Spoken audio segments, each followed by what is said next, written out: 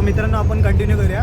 कृष्णाच्या घरून फोन आलेला, जसं की त्यांनी व्हिडिओमध्ये सांगितलं त्याच्या आई वडिलांचा त्याच्यावर खूप जीव आहे. ज्या क्षणी तो पंढरपूरला तिथे अडकलेला होता, शेवटी सर्व झाल्यानंतर त्याला रिअलायझेशन झालं की आपण काहीतरी चूक करतो किंवा आपण एका चुकीच्या ठिकाणी येऊन अडकलो आहे. चुकीचे ठिकाण नव्हतं की त्याला एक सिच्युएशन त्याची क्रिएट झाली की आता बाबा मला माझ्या घरी जाणं गरजेचं आहे. तेव्हा त्यांनी कॉल फिरवून त्याच्या वडिलांना, त्याचप्रमाणे आता त्याला त्याच्या घरून फोन आला.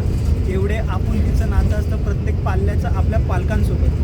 सो कृष्णा पुढची स्टोरी जरा सांगू शकतो. मग मी फोन लावला, तोपर्यंत पप्पा तुळजापूरवरून निघाले होते. आमच्या प्रिन्सिपलचा फोन आला त्यांना पप्पाला, म्हणजे पप्पानी सांगितलं प्रिन्सिपलला असं असं आहे, मी जायला लागलो. आमचे प्रिन्सिपल राजेश जगताप सर म्हणले थांबा आपण जाऊ नका, आपण चारचाकी म्हणजे 4 व्हीलरमध्ये जाऊ सगळेजण. मग त्यांनी आले 4 व्हीलर, तोपर्यंत माझे चुलते आले. तोपर्यंत रेल्वे स्टेशनला फोन लावला, उपळे गाव आहे. उपळे गाव मालेगावच्या पुढे तिकडे नाही, इथं उपळे माकडेच उपळे म्हणून आहे. मग त्यांना फोन माझे चुलत्याचे मिळून आहेत तिथं. मग त्यांना फोन लावला, असं कृष्ण आहे तिथं. त्यांनी रात्री 1 वाजता आले 2 जण. मग त्यांनी मला दाजी होते माझे, त्यांनी मला घेऊन गेले. म्हणजे असं बायपास आहे, बायपासपाशी थांबले. मग तोपर्यंत चुलते आले तिकडून. तर चुलते, मी आणि अजून त्या गावामधले 1 जण होतं. आम्ही 3 जण आलो. मग इकडे तुळजापूरकडे वडगावपाशी थांबलो. वडगावपाशी आमचे प्रिन्सिपल वडील, अजून आमचे प्रिन्सिपलचे मित्र होते, त्यांनी आले. मग मी त्यांच्यासोबत गेलो 4 व्हीलरमध्ये. तोपर्यंत रजिस्टर FIR ते फाडली, म्हणजे बहुतेक काहीतरी केस मिसिंग त्यांनी फाईल केली घरच्यांनी तुझ्या की नंतर भेटत नाही. मग नंतर मी जवळपास 3 वाजता पोलीस स्टेशनमध्ये गेलो. ती सगळं फोटो वगैरे त्यांचं काय प्रोसेस होती क्लिअर केली. मग नंतर घरी गेलो. सगळेजण घरी, मामा आजी सगळेजण घरी आले होते. मी घरात मला जाऊ पण वाटत नव्हतं, आपण एवढी मोठी चूक केल्यामुळे. तुला रिअलायझेशन झालं त्यावेळेस की मी चूक करतोय. मग मी गेलो, तरी पण बसलो तिथं. सगळे रडत वगैरे होते, का बघ गेला काय झालं, आमची काय चूक झाली. म्हणलं काही नाही, सॉरी माझ्याकडून चुकलं, मला वाईट वाटलं. आता माझ्या चुकीचा हेच पश्चाताप झाला मला. सॉरी, इथून पुढं काही करत नाही. मला तिथं घरी राहू वाटलं नाही, म्हणून मी चुलत्याच्या घरी गेलो त्या दिवशी. अजून दुसऱ्या दिवशी सकाळी सगळ्या मित्रांचे फोन यायला लागले होते. मी सगळेजण तिथे येतो मला लागले. मी म्हणलं मी येत नाही, तुम्ही येऊ नका, मी तुमची परवा दिवशी गाडी घेतो. परवा दिवशी गेलो. सगळेजण ओरडले, असं का केलं, ओरडले सगळेजण. म्हणजे असं मित्रांच्या भाषेमध्ये शिव्या दिल्या म्हणा, त्यांनी ओरडले. थोडं प्रेम असतं मित्रांची भाषा. ओरडले थोडं, काय वगैरे झालं, मिटलं मग सगळं. काय असं कोण चूक करू नका घरचे आपल्या. तेच मला म्हणायचं तुला. व्हिडिओच्या शेवटची तुला एवढं सांगायचं, तू आता एवढा मोठा किस्सा सांगितला. खूप म्हणजे तुला तो किस्सा आठवून स्वतःची कधी कधी वाईट होत असेल की मी हा निर्णय घ्यायला नव्हता पाहिजे. तर तू आपल्या मित्रांना, जे आपले तुझ्या बॅचच्या मागे किंवा जे कोणी अशा सिच्युएशनमध्ये काही कारणास्तव, तुझं कारण होतं की तुला 11% फक्त अपेक्षेप्रमाणे कमी पडलं, तर माणूस एखाद्या सिच्युएशनमध्ये असू शकतो, कुठल्या गोष्टीमध्ये अडकला असेल, कुठल्या टेन्शनमध्ये असेल, तर त्याने ते पाऊल घेऊ नये. म्हणून तू माझ्या प्रेक्षकांना, माझ्या मित्रांना तो निरोप, तू संदेश त्या प्रकारे देशील आणि द्यावा असं माझी इच्छा आहे.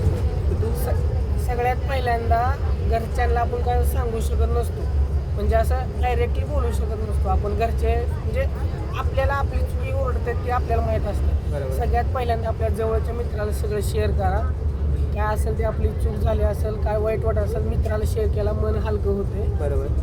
आणि मित्राला शेअर केल्यामुळे त्यानं काय आपल्याला मार्ग, म्हणजे एकच जवळचा मित्र जो असावा त्याला सांगू शकतो, जो आपल्याला चांगला मार्ग दाखवू शकतो किंवा त्याची चूक जो तिकडे रोखू शकतो. मित्रच असतो जो ओरडतो, शिव्या देतो आणि सांगतो असं करू नको, तसं करू नको म्हणून. घरच्यांना सांगितलं, घरचे म्हणतात शाळा बंद कर, ट्युशन बंद कर, कामाला जा, काय तर म्हणते.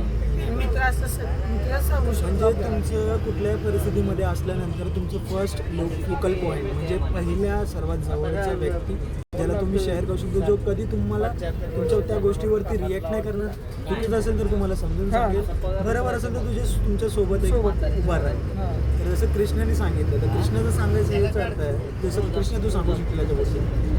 मी आता माझ्या मित्राला सांगतोय काय असेल ती, म्हणजे असं झालं तर झालं, चूक झाली. घरच्यांना म्हणजे सांगण्या योग्य असेल तर सांगतो, म्हणजे सांगण्या योग्य सगळंच असतं घरच्यांना.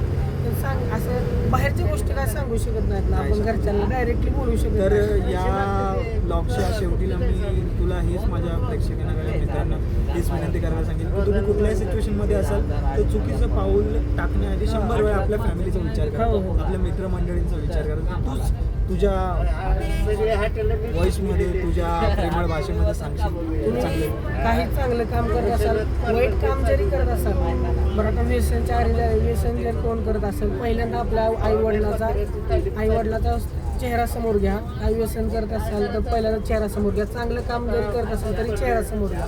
चांगलं काम करताना चेहरा समोर आल्यावर आपल्याला चांगलं काम अजून चांगलं होईल. वाईट करताना चेहरा जर समोर घेतला तर वाईट आपण करणार नाही.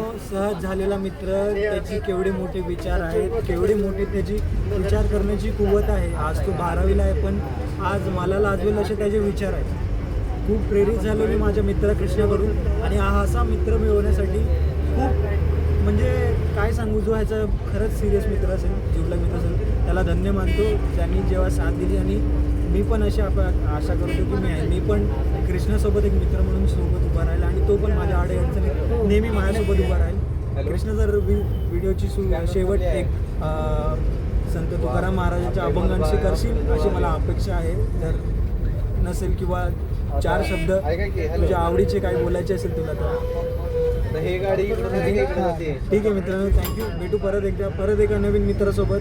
सो मित्र कृष्णा, सर्व आमच्या प्रेक्षकांना आपले व्हिडिओ शेअर करायला एक पंचलाईन फक्त मी सांगतो. सांग मित्र प्लीज. मी आता जे म्हणलं, वाईट काम करताना आपल्या आई वडिलाचा चेहरा समोर घ्या. चांगलं काम करताना आई वडिलाचा म्हणजे चेहरा समोर घ्या. चांगलं काम चांगलंच होणार, आणि वाईट करायला जाणार असं आपल्या आई वडिलाचा चेहरा जर समोर गेला तर वाईट काहीच होणार नाही. एवढं मला तर त्या 10वीच्या नंतर जे मॅटर झाला होता, किस्सा झाला होता, तेव्हापासून तर मला समजलं. Thank you. Like, share, subscribe. Thank you मित्रांनो. बघा जसे बघू शकता, मूर्ती लहान पण कीर्ती महान असा आमचा कृष्णा. खूप साऱ्या गोष्टी त्याच्यासोबत आपण चर्चा करू. परत एकदा भेटू, परत एकदा लॉगसोबत, परत एकदा मित्रासोबत. थँक्यू गाईस.